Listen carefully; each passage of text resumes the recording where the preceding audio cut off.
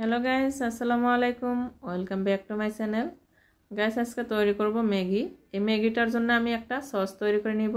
তো এখানে দিয়ে দিলাম টমেটো সস, ম্যাগি মশলা, গরম গরম মশলা, শুকনো লঙ্কার গুঁড়ো, ধনিয়া গুঁড়ো আর জিরার গুঁড়ো, আর একটু দিয়ে দিলাম তেল। দেখেন গাইস, কি সুন্দর একটা সস তৈরি হয়ে গেল। এখন এই সসটা একটা টেস্ট তৈরি করব, টক টক। তো এখানে দিয়ে দিলাম লেবুর রস। তো গাইস, হয়ে গেছে আমার সসটা তৈরি করা। আগে থেকে আমি 2টা ডিম ফেটে রাখছিলাম, ডিমটা আমি ফ্রাই প্যানে দিয়ে দিলাম। তারপর ডিমের উপরে দিয়ে দিলাম 2 পিস ম্যাগি। ম্যাগিটা আমি 2 মিনিট ঢাকা দিয়ে সুন্দর করে ফ্রাই করে নিলাম। এখন এটা আবার উল্টাই দিয়ে আরও 2 মিনিট ফ্রাই করে নেব। তারপর এখানে দিয়ে দেব পানিটা দিয়ে ম্যাগিটা আমি 2 মিনিটের মতো সিদ্ধ করে নেব। তারপর এটা চামচের সাহায্যে সুন্দর করে ভাঙে দেব।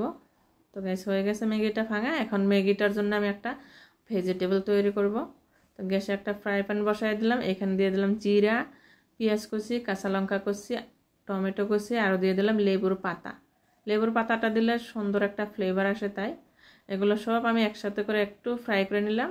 তারপরে দিয়ে দিলাম এখানে বাঁধাকপি, ধনিয়া পাতা কুচি, আর এই যে তৈরি করা সসটা। আজকের ম্যাগিটা আসলে তো এই সসটার জন্যই আমি তৈরি করব। এই সসটা দিয়ে ম্যাগিটা তৈরি করলে খুব টেস্টি হয়, তাই।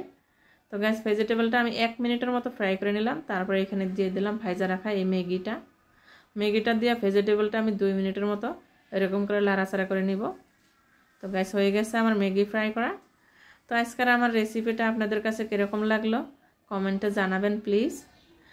আর আমার এই রেসিপিটা যদি আপনাদের একটু ভালো লেগে থাকে, আপনারা আমার চ্যানেলটাকে সাবস্ক্রাইব করবেন, লাইক কমেন্ট শেয়ার করবেন, আপনারা আমার সাথে থাকবেন। তো গাইস, আপনারা যারা আমার ফেসবুক পেজ থেকে দেখছেন তারা আমার ফেসবুক পেজটা ফলো করবেন প্লিজ। তো আজকের জন্য বিদায় নিচ্ছি, দেখা হচ্ছে আগামী ভিডিওতে। খোদা হাফিজ।